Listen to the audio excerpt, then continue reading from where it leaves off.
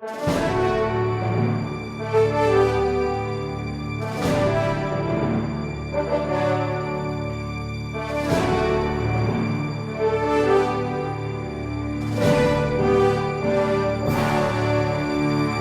nome do Pai, do Filho e do Espírito Santo. Amém. Inspirai, ó Senhor, as nossas ações e ajudai-nos a realizá-las, para que em vós comece e para vós termine tudo aquilo que fizermos, por Cristo, Senhor nosso. Amém. Santa Maria, Mãe de Deus, rogai por nós. Em nome do Pai, do Filho e do Espírito Santo. Amém. Então, boa noite a todos. Mae Govanem. Mae Govanem é a saudação de boas-vindas em élfico, o idioma inventado por Tolkien, que é aquele que escreveu O Senhor dos Anéis. Algumas pessoas podem estar um pouco assim perplexas, o que é que um padre católico vai fazer na internet comentando a respeito de um livro de ficção, né?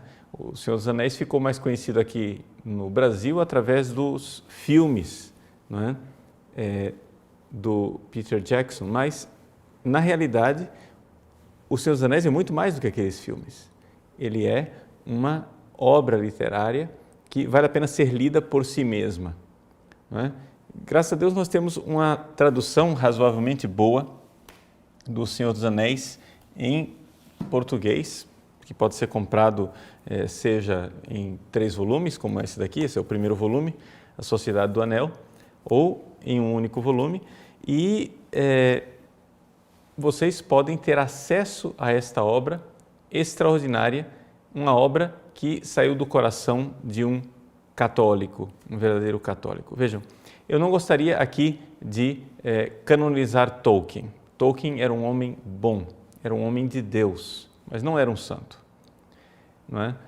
Se os livros pudessem ser canonizados, então eu diria, eu canonizo O Senhor dos Anéis. Ou seja, o livro é canonizável. O autor, claro, ele tinha suas dificuldades pessoais, era um homem bastante introvertido, era um gênio de literatura e também um grande filólogo, não é? Mas tinha suas dificuldades, era um pouco depressivo e assim por diante. Bom, não se trata aqui de canonizar o Tolkien, né? O John R.R. Tolkien. Trata-se de notar que O Senhor dos Anéis é uma das grandes obras literárias que traz dentro dela mesma uma série de valores católicos religiosos que são muito importantes. E por isso eu gostaria de chamar a atenção para este aspecto do livro. Assim, falando muito brevemente de quem é o seu autor, não é? Tolkien, ele nasceu na África do Sul, o seu pai morreu logo cedo, a mãe ficou viúva, voltou para a Inglaterra e na Inglaterra ela teve que criar os filhos. Ela era católica e educou os filhos na Igreja Católica. Acontece que ela sofria de diabetes, a família dela toda era protestante anglicana e, de alguma forma, para que os filhos não se tornassem anglicanos, ela passou o martírio, digamos assim. Tolkien a considerava realmente como, de alguma forma, uma mártir. Ela passou o martírio de sustentar os seus filhos sozinhas, lavando roupa, para que os filhos não caíssem nas mãos dos parentes anglicanos, porque os parentes anglicanos estavam dispostos a educar as crianças e a dar a essas crianças uma educação católica, uma educação e o sustento desde que eles passassem a ser anglicanos. Ela nunca aceitou isso. Então, ela, por causa do excesso de trabalho, por causa das complicações de diabetes, etc., terminou morrendo.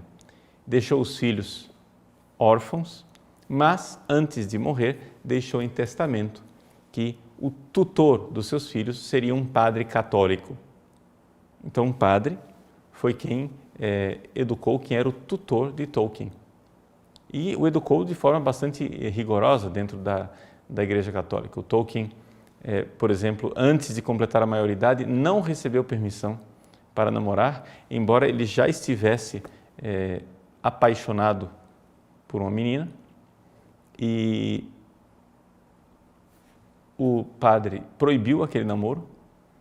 Ele obedeceu, mas assim que ele completou 18 anos, a maioridade, ele foi atrás dela. Ela já estava noiva de um outro, mas ela rompeu o noivado e se casou com ele, se convertendo igualmente à Igreja Católica.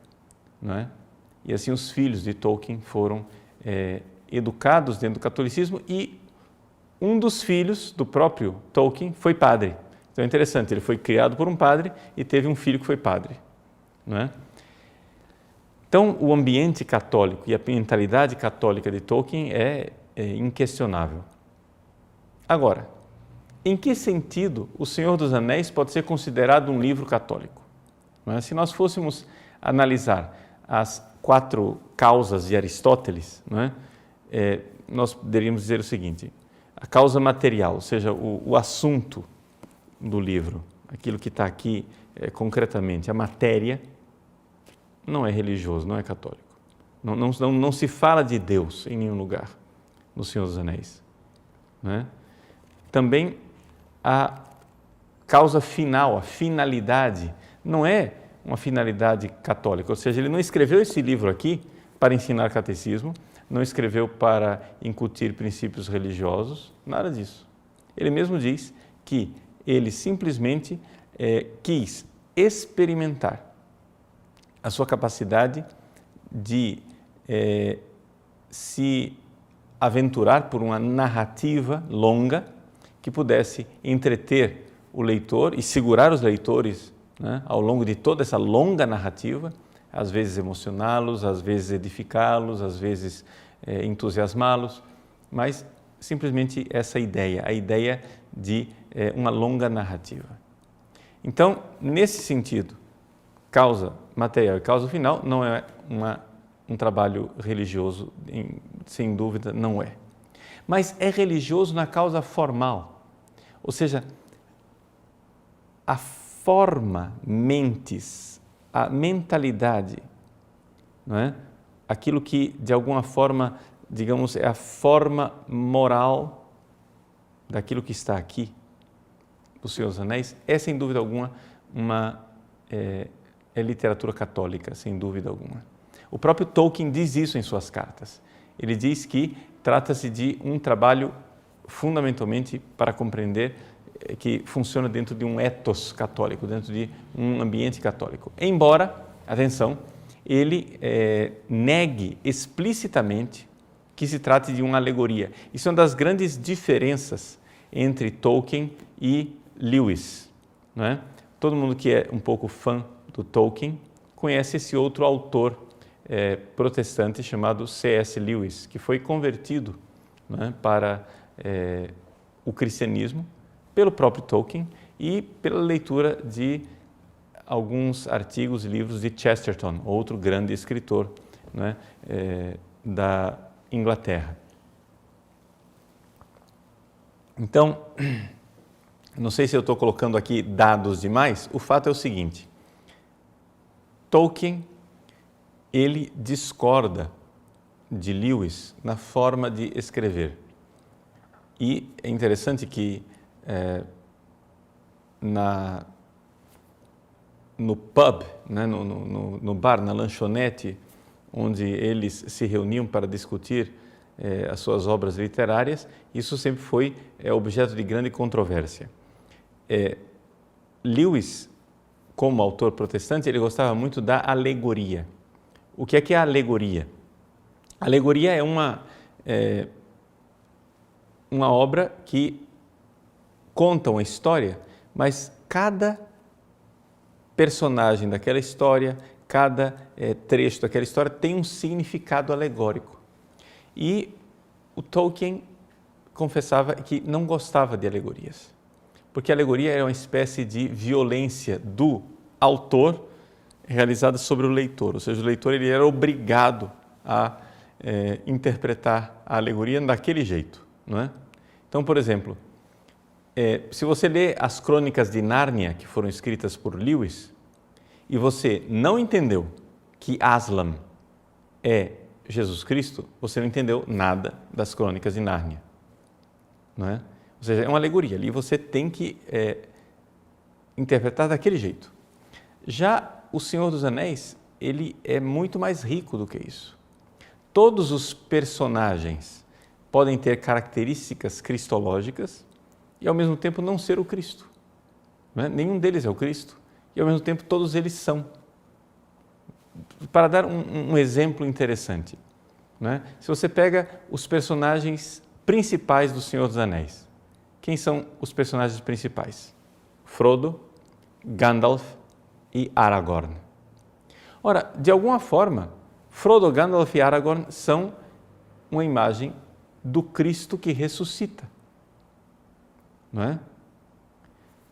O Frodo ressuscita porque vai quase até a morte, né, na montanha da perdição, para lá derrubar o anel. O Gandalf ressuscita quando ele cai, né, nas trevas, depois de lutar, né, nas minas de Moria, em Khazad-dûm, ele, digamos assim, morre e depois retorna. Era Gandalf cinzento e retorna como Gandalf branco. E, de alguma forma, também o Aragorn ressuscita.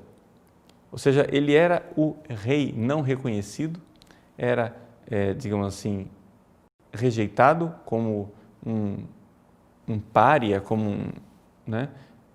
Era simplesmente um andarilho, né? A ranger. Ele depois torna-se o rei que retorna. Os três, de alguma forma, ressuscitam. E os três cumprem a missão de Cristo de sacerdote, profeta e rei. Não é? O Frodo é, sem dúvida alguma, um sacerdote que se oferece em sacrifício para destruir o mal. O Gandalf é o profeta que, com a sua sabedoria e os seus conselhos, conduz, não é? Digamos assim, a igreja, ou seja, o povo que está ali brigando contra o mal. E o Aragorn é o rei. Então, é interessante essa realidade, e isto é admitido pelo próprio Tolkien. Houve um estudioso australiano que escreveu a respeito dessa dimensão do sacerdócio, de sacerdote, profeta e rei no Senhor dos Anéis. E um amigo de Tolkien enviou para ele este ensaio. E o Tolkien respondeu numa carta dizendo assim, não, de fato, é verdade. Só que o que não é verdade é o seguinte, isso não foi uma coisa feita de caso pensado, ou seja, eu não fiz isso de propósito. Mas é verdadeiro, porque de fato, não é? Existe essa aplicabilidade. Então vejam, não é alegoria, é algo que pode ser aplicado.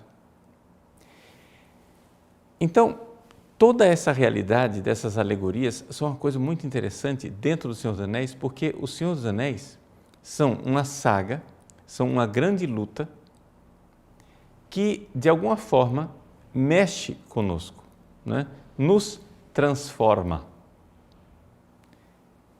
E é aqui o que é importante para as pessoas entenderem por que é que nós precisamos ler obras como essa. O Senhor dos Anéis é quase um livro de cabeceira, digamos assim, para você se entreter, para você gastar o seu tempo com o Senhor dos Anéis, quando você está disposto ao lazer, né? Porque, afinal das contas, o lazer, o saber ter momentos lúdicos, faz parte das virtudes, né? O próprio Santo Tomás de Aquino coloca isso, né? Essa capacidade de lazer faz parte das virtudes, essa capacidade lúdica. Então, se você cultiva uma literatura como essa do Senhor dos Anéis, né, é algo que você sempre pode ali se alimentar de alguma coisa. Então, o importante não é o que você fará com o Senhor dos Anéis, mas é o que o Senhor dos Anéis fará com você, porque a coisa vai mexendo no seu interior, não é? Existe,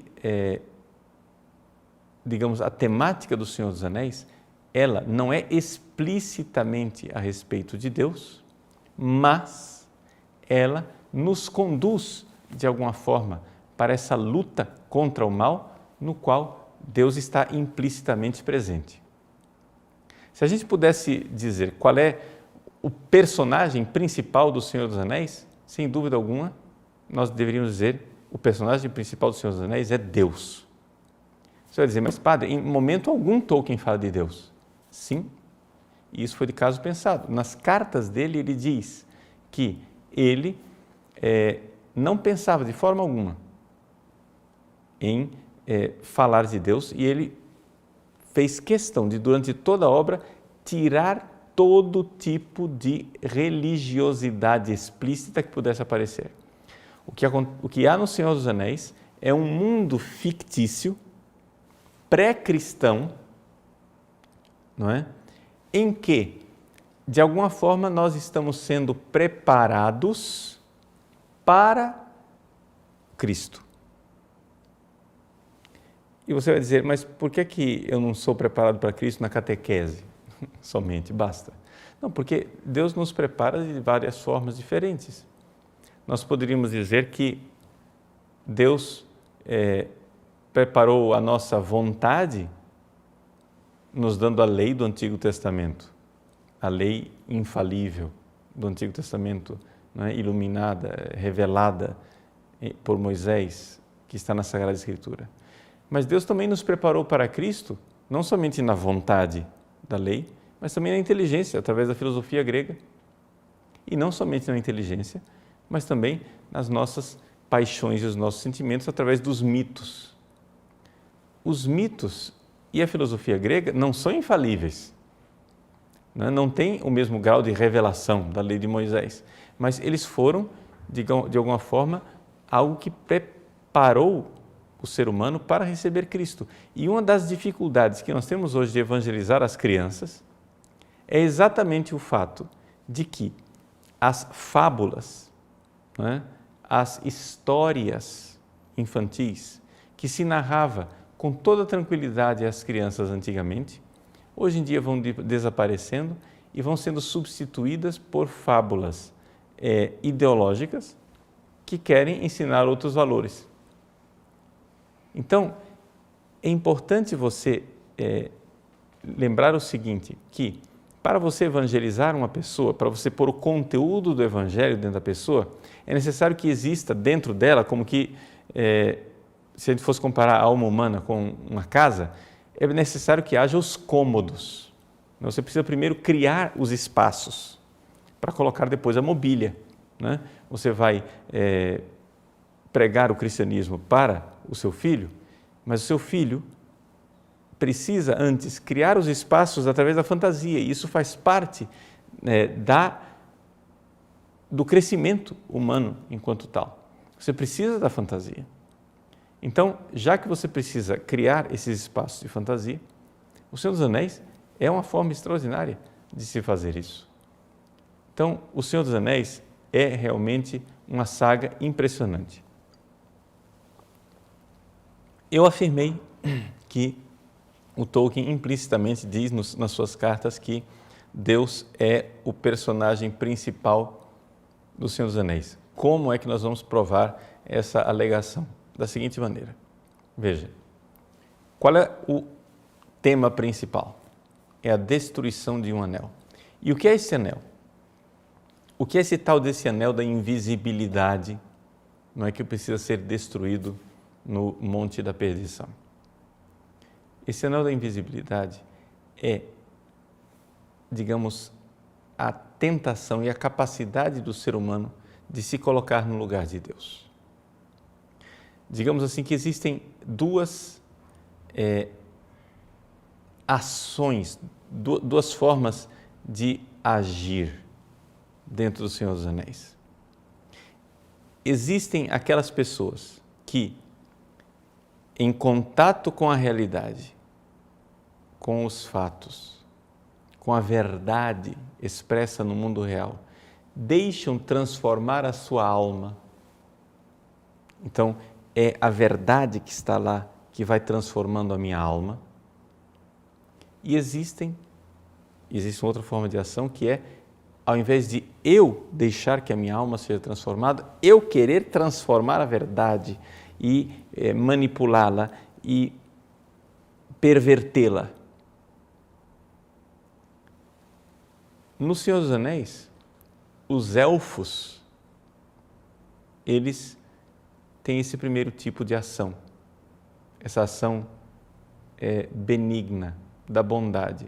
Vejam que os elfos, não é? Em Valfenda, eles cantam, eles têm arte, eles são artistas. E o que é o artista? O artista é usando a linguagem de Tolkien, é um co-criador, é alguém que está criando, mas está criando junto com Deus, ou seja, ele está obedecendo às normas da criação para fazer as coisas. Então, quando os elfos fazem aquelas canções, fazem aquelas músicas que mexem na alma, aquilo lá transforma a pessoa.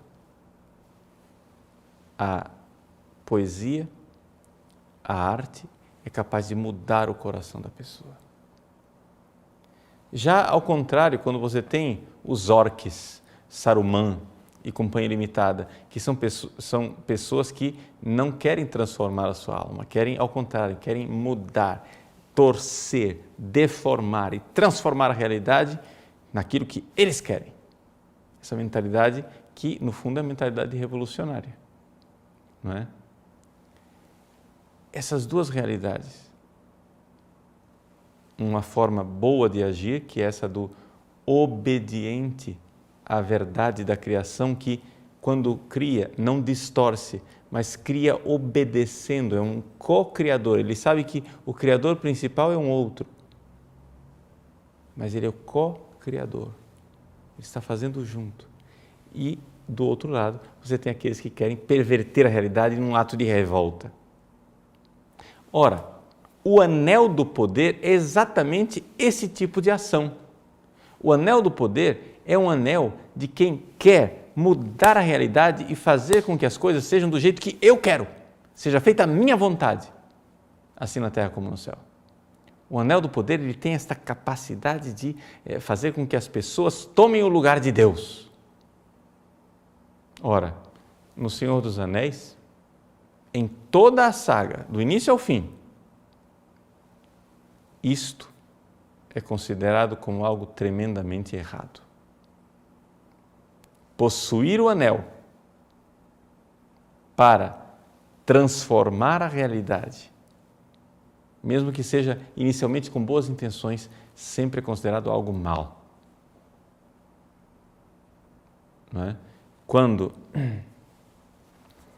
algumas pessoas tentam pegar o anel durante toda a narrativa, aquilo é sempre uma coisa ruim, uma coisa que perverte. Né? Então, é importante a gente ter, por exemplo, Boromir. Boromir tentou pegar o anel de Frodo. Quando Gandalf se apresenta diante do pai de Boromir, Denethor, que é o regente, né, de Minas Tirith, Gandalf diz para ele: se o seu filho pegasse o anel iria destruí-lo e você não iria mais reconhecer o seu filho. É isso que faz o anel, ou seja, esta, digamos assim, essa potência terrível do mal, uma potência terrível do pecado original que nos destrói, que faz com que nós tomemos o lugar de Deus. Então, isto está lá.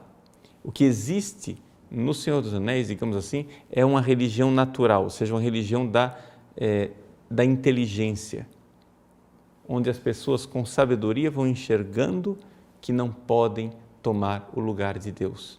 E em algumas frestas, digamos assim, Tolkien como que abre uma janela para mostrar que tudo isto é simplesmente uma preparação para o evangelho que virá.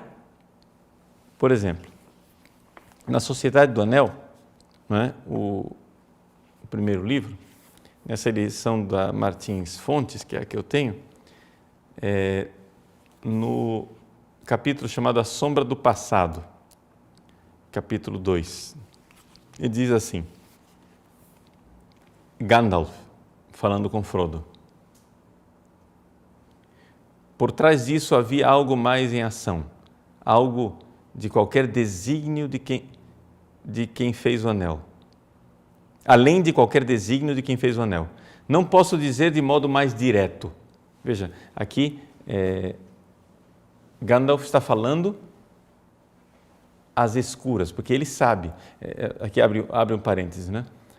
Dentro, não existe só o Senhor dos Anéis, existe toda a mitologia que está por trás. Para quem não sabe, Gandalf é um dos Maiar, ou seja, para fazer uma comparação com a nossa ideia católica, é como se ele fosse um anjo. Gandalf não é um mago, simplesmente, não. Ele é um ser celeste, não é? Que veio a este mundo para ajudar as pessoas, mas ele não tem permissão de usar poder mágico, a não ser pela palavra, pela persuasão, pela sabedoria, não é? Então, a mágica de Gandalf, ela é sempre muito limitada, não é? Então, por isso ele sabe de coisas que Frodo ali não sabe e ele não pode dizer, não é? Ele diz, não posso dizer de modo mais direto, Bilbo estava designado a encontrar o anel, e não por quem o fez, não por Sauron. Nesse caso, vocês também estavam designados a possuí-lo, e esse pode ser um pensamento encorajador. Ou seja, veja que existe um desígnio, existe uma providência que está ali. Uma providência em ação, existem ações divinas por trás. Por exemplo, quando, num certo ponto, isso ainda no começo, deixa eu ver se eu acho aqui, quando o Frodo chega e diz, que pena que o Bilbo não matou o Gollum. Aí, Gandalf fica espantado e diz, pena? Foi justamente a pena que ele teve, pena e misericórdia. Ou seja, para quem sabe a mitologia, Gandalf, não é? Ele é um Maiar, digamos assim, é um ser espiritual inferior que está abaixo dos Valar. E desses vários Valar, que são, digamos assim, anjos, poderíamos dizer, responsáveis pelos poderes cósmicos, etc. e tal, um daqueles que é o mestre do Gandalf é a misericórdia, a pena, a compaixão, aquela que é responsável pela misericórdia e compaixão. Então é interessante que aqui, quando Gandalf diz pena, compaixão, mas foi exatamente a compaixão quem salvou toda a história. Vocês vejam que ele diz assim, que a compaixão de Bilbo irá mudar o destino de muita gente antes do fim dessa saga, antes do fim dessa história. É interessante que ali Tolkien deixa ver que existe um desígnio por trás daquilo tudo. Ele não pode falar com clareza, não é? E assim por diante. Então, uma outra coisa, um outro exemplo que pode nos falar dessa transcendência que está no Senhor dos Anéis, para vocês verem que existe uma abertura para o divino no Senhor dos Anéis, não é? Está, por exemplo, no Retorno do Rei, o 3º volume, num capítulo chamado A Terra da Sombra. Só para você entender o contexto aqui, o Frodo e o Sam estão já perto estão em Mordor, não é? na terra do mal, uma terra deserta, em que só tem barulho, fumaça, coisas ruins, e ali o sol não brilha, não é? Porque exatamente os orcs, eles não suportam a luz do sol, então ali artificialmente é sempre uma camada de fumaça, de nuvens que cobrem, né, a luz do sol. Muito bem. Eles ainda têm um longo caminho para fazer até chegar ao Monte da Perdição. Frodo está exausto, eles encontram ali uma sarça para poder descansar. O Sam, né, como fiel companheiro, diz ao Frodo: Senhor Frodo, o senhor durma primeiro. Então, logo ele diz isso, o Frodo já dorme, né? Ele diz assim: Frodo suspirou e adormeceu quase antes de Sam terminar suas palavras. Sam lutava contra o próprio cansaço e segurou a mão de Frodo. Ficou assim sentado até que a noite profunda caiu. E então, por fim, para manter-se acordado, saiu do esconderijo e ficou observando. A região parecia cheia de estalos, rangidos e rugidos dissimulados, mas não havia som de vozes ou passos. Aí, eu pulo aqui um pequeno pedaço. Bom, eu vou ler tudo. Bem em cima de Efelduath. Efelduath é uma das montanhas lá de Mordor, só para vocês entenderem a coisa. No oeste, o céu noturno estava pálido e baço. Lá, espiando por entre os restos de nuvens sobre uma rocha pontiaguda nas montanhas, aqui é a parte importante que eu queria ler, Sam viu uma estrela branca reluzir por uns momentos. Sua beleza arrebatou-lhe o coração, quando desviou os olhos da terra desolada e sentiu a esperança retornar. Pois como um raio cristalino e frio, invadiu o pensamento de que, afinal de contas, a sombra, com S maiúsculo, ele está falando da maldade. A sombra era apenas uma coisa pequena e passageira, e havia luz e uma beleza nobre que eram eternas e estavam além do alcance dela. Essa citação do Senhor dos Anéis, ela é extraordinária. Essa ideia de que nós estamos aqui, nesse mundo, lutando contra uma força do mal que é maior do que as nossas próprias forças. E nós aqui não temos boas notícias. Tudo parece ruim. Ao nosso redor, só coisas ruins. Deserto, estalos, secura, água podre, nuvens pavorosas, só coisa ruim. Você abre os seus olhos e só vê coisas ruins. Você está aí lutando contra uma maldade, contra um poder que é muitíssimo maior do que a sua força e a sua capacidade. De repente, numa clareira no meio das nuvens, uma estrela leva o Sam a compreender que existe beleza, bondade, que existe uma verdade, ou seja, que existe Deus, que está muito acima e muito além desta maldade. Isso faz brotar a esperança. Isto é evangelho. Isso é extraordinário. Quando nós, no nosso dia a dia, não é? Quando nós abrimos as páginas da internet e todos os dias só vem notícias ruins, nós pensarmos que essa maldade, que é tão maior do que nós, é tão infinitamente menor do que Deus. Afinal, essa sombra é só uma bobagem. Passará essa bobagem. Deus vai soprar esse pó como um nada. E por que Ele ainda permite que tudo isso, não é, aconteça conosco? Para nos configurar a Cristo. É interessante nós notarmos que todos os personagens do Senhor dos Anéis, todos eles crescem né? Os grandes personagens, eles crescem enquanto personagem, crescem moralmente. Sam e Frodo, que saem do condado, não são os mesmos que retornam. Eles crescem moralmente. Até Gandalf cresce, né? Tornando-se Gandalf o Branco. Né? Todos crescem moralmente. O sofrimento, não é? Dá esta têmpera a eles. Então, esta luta contra a maldade, que no fim das contas redunda numa bondade interna, numa bondade interior. E é isso que o Tolkien chama então de eucatástrofe, não é?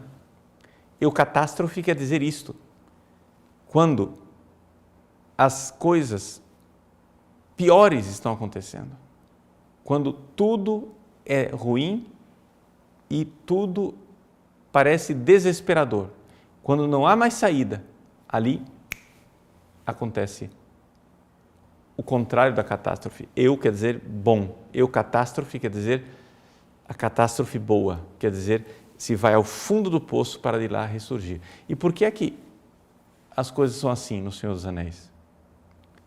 Porque foi isso que aconteceu há 2000 anos atrás.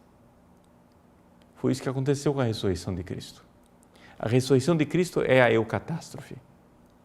Então, se você for ver todas as lendas, todos os mitos, eles consistem nisso. Consistem num ambiente bom, que de repente é perturbado por uma maldade e que depois é redimido de alguma forma. Não é? Bom, no Evangelho, o mito se fez carne, o mito se fez história. Ou seja, aquilo que todos os mitos previam, aconteceu com Cristo. É isto que nós católicos cantamos quando cantamos, por exemplo, o Dies Irae. Não é?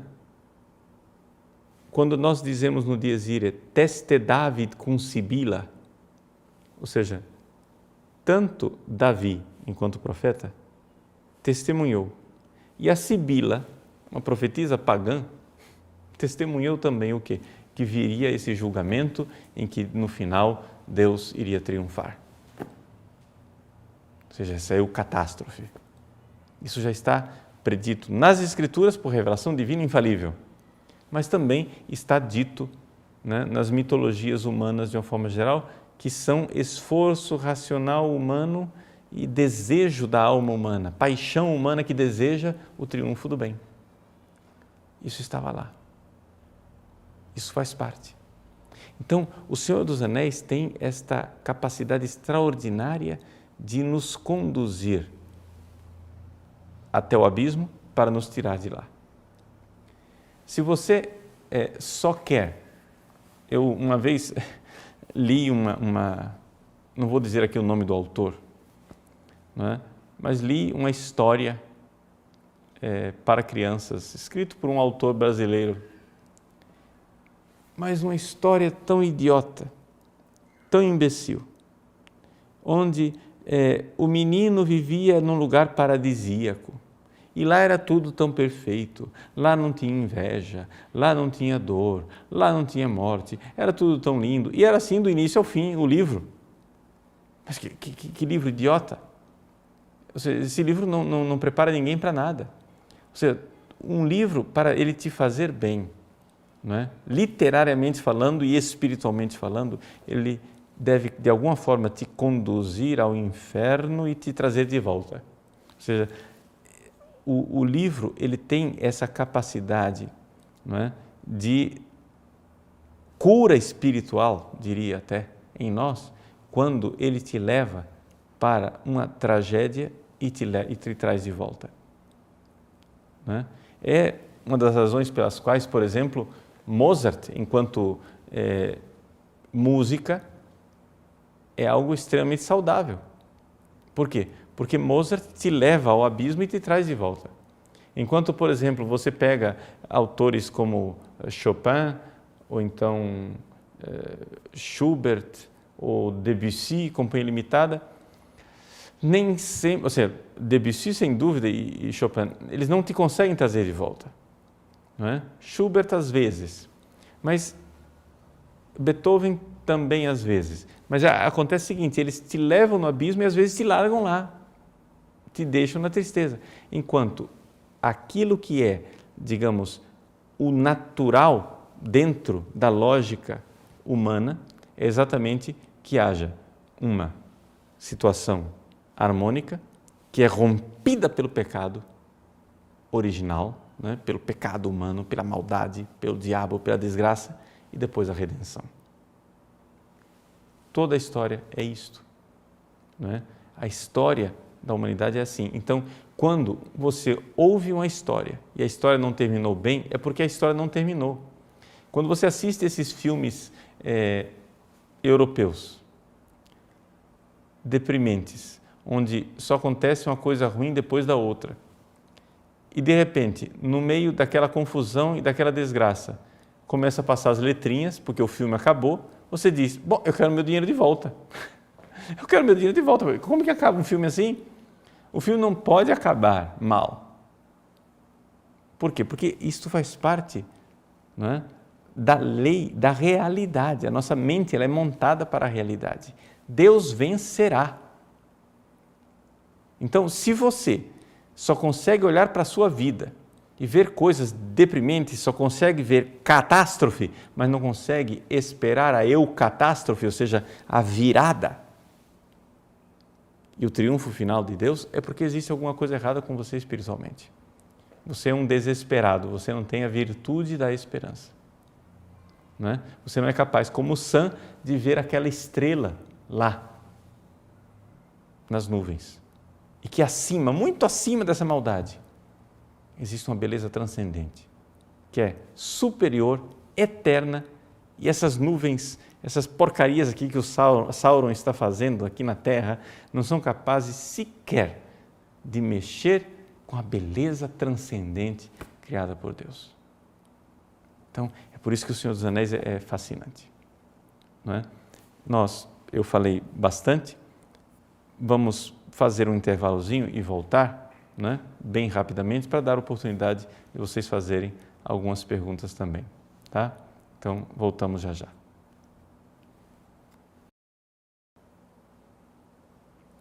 Muito bem, nós retornamos então para responder algumas perguntas de vocês, na medida do possível, né? Como eu não é que eu seja especialista em Senhor dos Anéis, eu sou somente um fã que leu bastante coisa. Se vocês quiserem um especialista, um livro em português de um especialista, é o livro do Dr. Ives Gandra Martins Filho, né?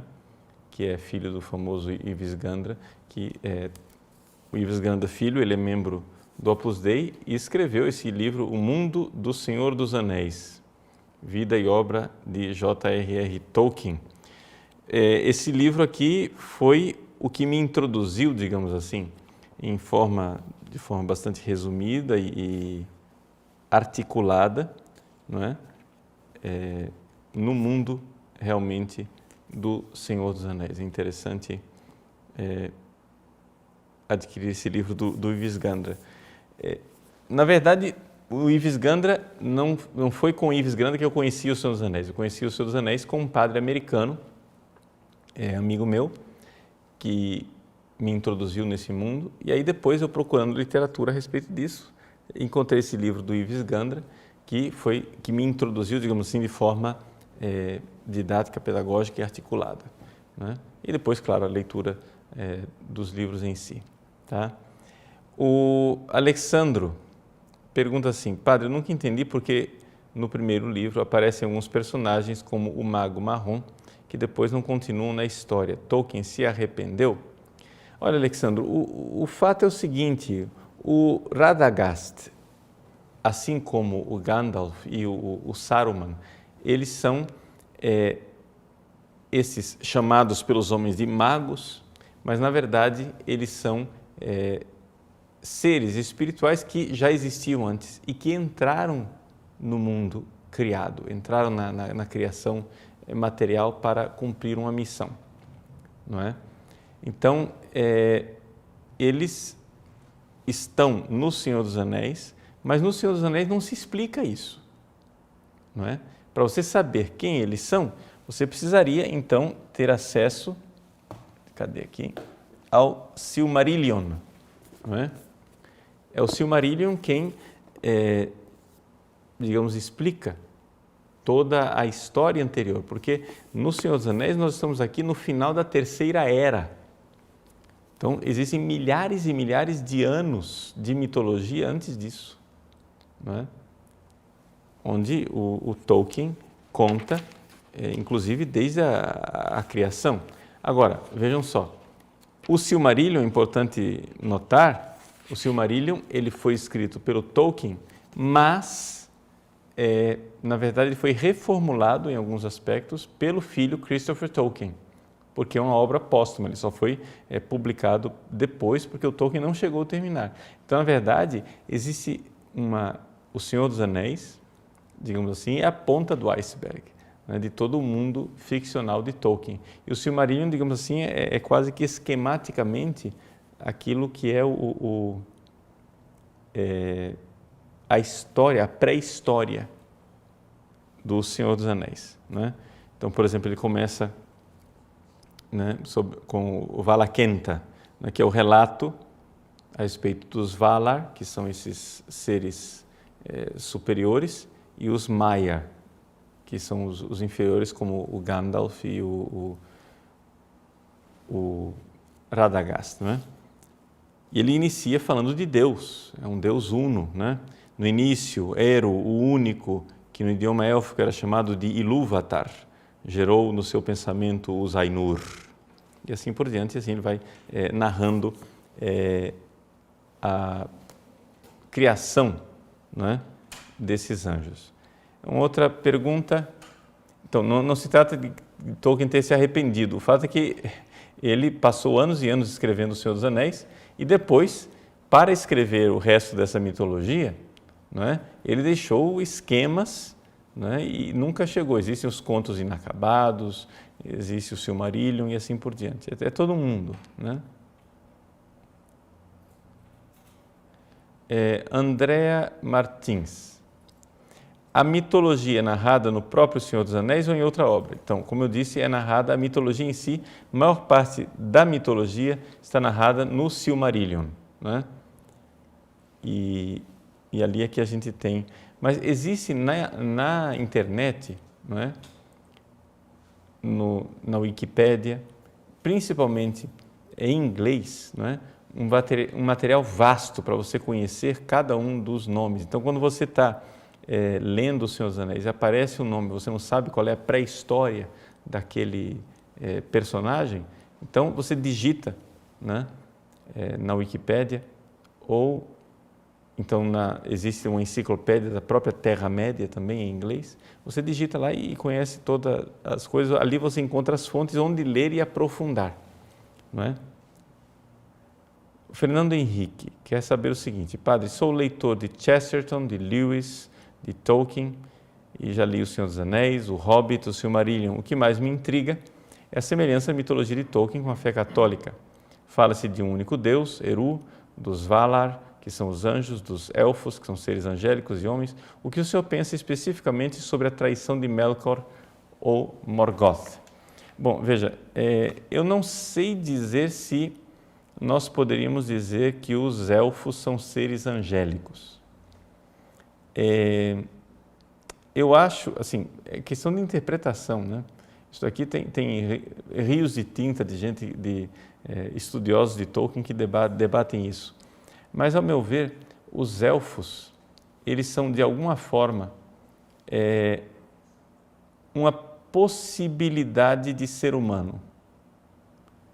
Ou seja, seriam os seres humanos, porque tanto na mitologia de Tolkien, os elfos e os homens são filhos de Deus, não é?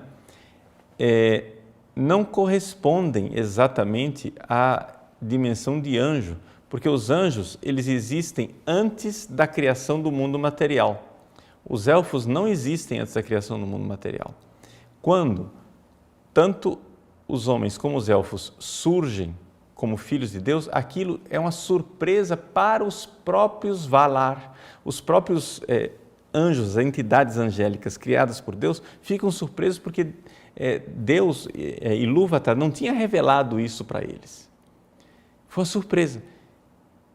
E os elfos, então, são chamados, logo desde o início, para irem para morar junto com Deus, digamos assim. Não é?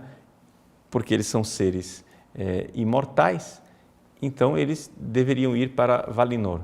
Alguns elfos não vão, ficam apegados, não é, à Terra-média, e esse é o pecado dos elfos. Então, aqueles elfos que nós vemos no Senhor dos Anéis, eles não são anjos, eles são todos pecadores. Então, mas não quer dizer que são demônios também, não é? Por quê? Porque eles são filhos de Deus, a quem Deus deu a imortalidade como presente, assim como Deus deu ao homem a morte como um presente. Então são duas hipóteses, é como se Tolkien explorasse a hipótese daquilo que teria acontecido com o ser humano se o ser humano não morresse, não é? Os elfos são, sem dúvidas, criaturas boas, fundamentalmente boas, mas são pecadores. Então, todos os elfos que nós vemos no Senhor dos Anéis não são imaculados. Vocês podem ver que todos esses personagens, eles pecam em algum momento, não é? Até mesmo a senhora Galadriel, não é? Galadriel, ela tem o pecado, porque exatamente ela não foi para Valinor, ela ficou para trás. Ficou apegada à terra. Mas os elfos então começam a partir, começam a ir, começam a voltar para o céu. Então, o que dizer especificamente sobre a traição de Melkor? Bom, veja, sem dúvida nenhuma, Melkor é a figura de Satanás, né? Para aquelas pessoas que não estão acostumadas com a mitologia de Tolkien, não confundam Melkor com Sauron. No Senhor dos Anéis, Melkor não aparece. Só quem aparece é Sauron. Sauron é uma criatura inferior, não é, a Melkor. Melkor é Satanás, digamos assim, o príncipe dos demônios todos. E Sauron é um seu servidor, não é? Então, Melkor, digamos, na criação de Tolkien, quando ele descreve a criação do mundo, ele descreve Deus dando aos seus anjos, vou usar a linguagem que a gente está acostumado, né? Os anjos, uma música para eles tocarem. E eles começam a tocar essa música e exercer a criatividade com essas músicas, só que Melkor desobedece e começa a criar dissonâncias, ou seja, desafina. Deus para a sinfonia, está tudo errado, vamos começar outra vez. E eles começam a tocar uma segunda vez. Melkor começa a fazer barulho mais uma vez e começa a seduzir, digamos assim, os anjos que estão ao redor, que começam a fazer barulho também. Deus se levanta outra vez, para outra vez a sinfonia e faz surgir uma música triste. E essa música triste, ela tem a capacidade de pegar aquelas notas dissonantes e horríveis do Melkor e se unir a elas e formar um acorde novo, de tal forma que surge uma nova música. Deus então no final se levanta e diz assim, que eu sou Deus, né? E não há outro Deus além de mim. E saiba o seguinte, Melkor, que quem quiser tocar uma música diferente da música que eu propus, vai terminar fazendo parte de uma música que nem ele imaginava. Essa é a realidade de Satanás. Ou seja, Tolkien está mostrando aqui a providência divina. Ou seja, o diabo, os seus demônios, fazem, né, um caos na nossa terra e na nossa história aqui. Mas Deus irá redimir tudo isso. E os demônios e os homens maus que se revoltam contra Deus terminarão fazendo parte de uma música que nem eles imaginavam, não é? Andréa Gomes. É muito interessante o senhor nos indicar obras de literatura católica. Gostaria de saber também sobre outras obras de literatura católica. Bom, aqui o campo, Andréa, é razoavelmente vasto, porém, o que é interessante em Tolkien é exatamente essa capacidade de explorar o mundo da fantasia, não é? Existem outras obras católicas, porém não gostaria aqui de fazer listas, né? Também porque não preparei nenhuma lista para isso, mas também porque para que as pessoas não se iludam pensando que eu estou indicando algo do mesmo tipo, não é? Por exemplo, nós temos, por exemplo, as obras de Chesterton, né? Sobre o famoso Padre Brown, né? Que é uma coisa interessantíssima. É uma literatura católica em que tem um padre chamado Brown, que é uma espécie de Sherlock Holmes, né? E que tem um papel, uma figura interessantíssima, mas é evidente que não tem nada a ver com o Senhor dos Anéis, é outra coisa, é um outro esforço literário, uma outra direção, né? Padre Fabiano, Tolkien trabalha com a ideia de imaginação moral para expressar a sua fé? Veja, padre, não se trata exatamente de imaginação moral. Trata-se, na realidade, de imaginação. O que acontece é que é a imaginação de um homem profundamente católico. E, portanto, os valores católicos que estão lá, as virtudes, não é? Você poderia fazer todo um retiro sobre Tolkien, explorando esses aspectos das virtudes de cada personagem. Existem, inclusive, livros escritos, né, a esse respeito, sobre as virtudes na obra de Tolkien. Existem muitos livros. O problema é que nós estamos limitados um pouco à língua portuguesa, mas alguns desses livros estão traduzidos para português, são difíceis de se encontrar, mas existem por aí. Por exemplo, o Evangelho segundo Tolkien, né? As virtudes ordinárias em Tolkien, Encontrando Deus no Senhor dos Anéis. São livros interessantes que nos mostram, não é, toda a riqueza, os valores evangélicos que estão lá.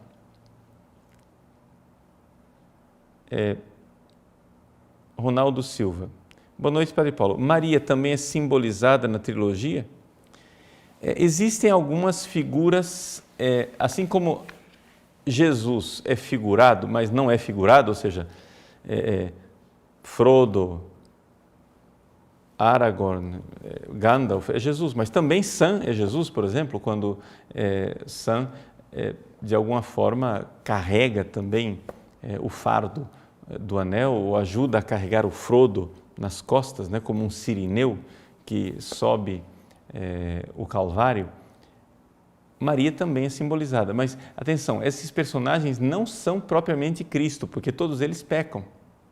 É importante nós lembrarmos isso, não há personagens impecáveis no Senhor dos Anéis, não há personagens imaculados no Senhor dos Anéis. Então, nenhum deles é realmente Cristo, como Aslan é Cristo nas Crônicas de Nárnia. Então, existem alguns personagens marianos, sim, Galadriel é um deles, mas cuidado, porque Galadriel é uma senhora bonita, porém terrível na sua beleza. Ou seja, ela é sedutora. Ela simboliza de alguma forma a Virgem Maria no sentido que ela vence a prova. O Frodo dá livremente o anel para ela, ela sente a tentação de tornar-se grandiosa com aquele anel e diz, eu devo diminuir. Pronto, ela venceu a prova. Então, venceu a tentação. Nesse sentido, ela, nesse momento, pode simbolizar algo da Virgem Maria.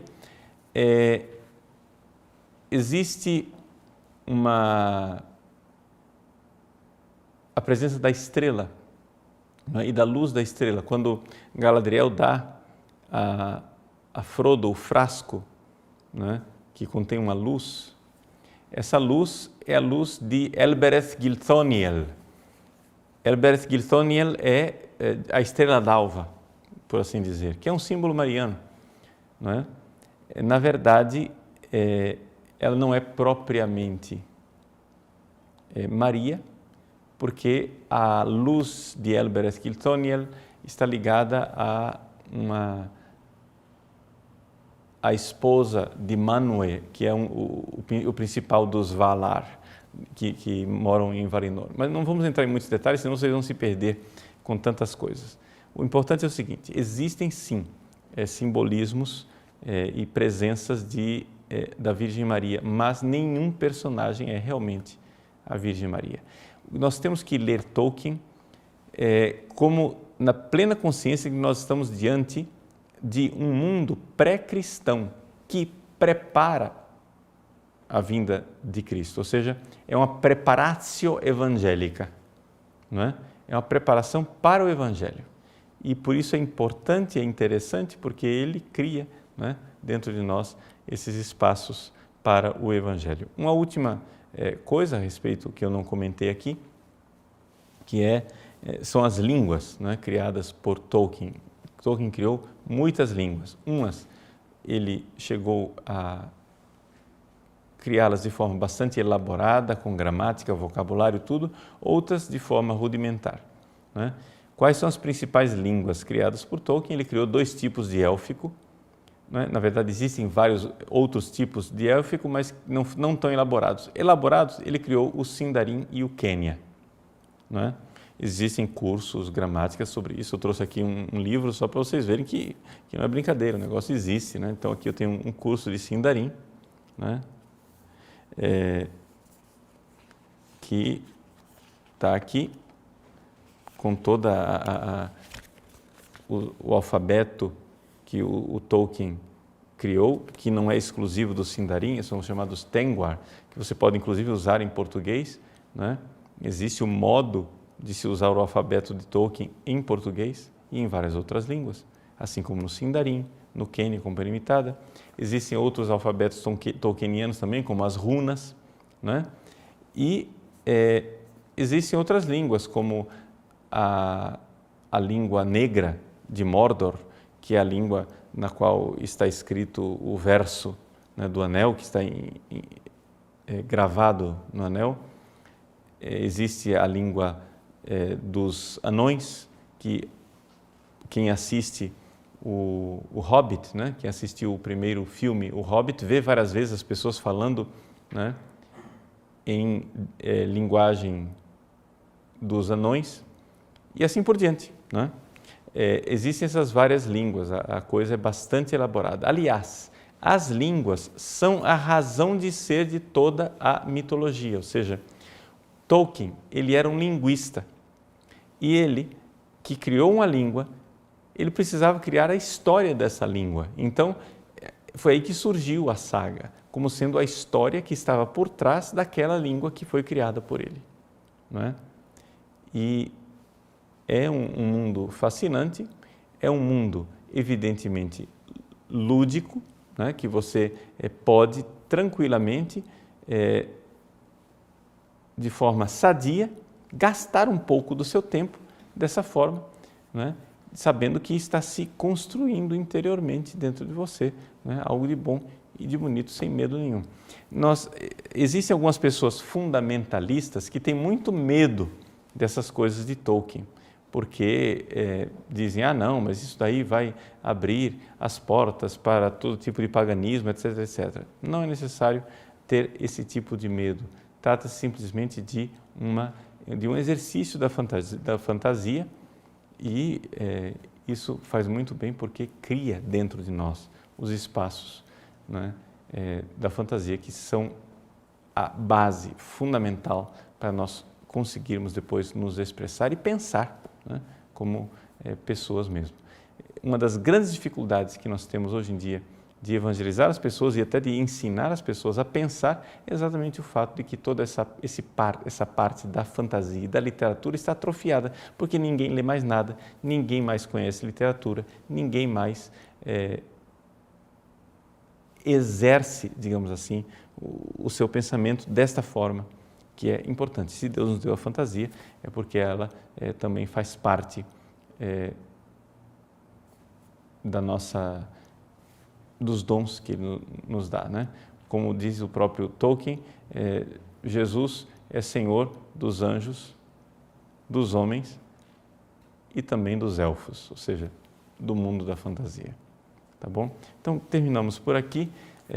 É somente um início, digamos assim, de uma tentativa de introduzir vocês que não conhecem a questão do Senhor dos Anéis, para incentivá-los a ler e, quem sabe, um dia faremos no nosso site também um curso sobre o Senhor dos Anéis, de forma mais sistemática, mais elaborada, para que vocês possam ter esses instrumentos interessantes para o crescimento interior. Então, Deus abençoe. Até a semana que vem, se Deus quiser. Em nome do Pai, do Filho e do Espírito Santo. Amém.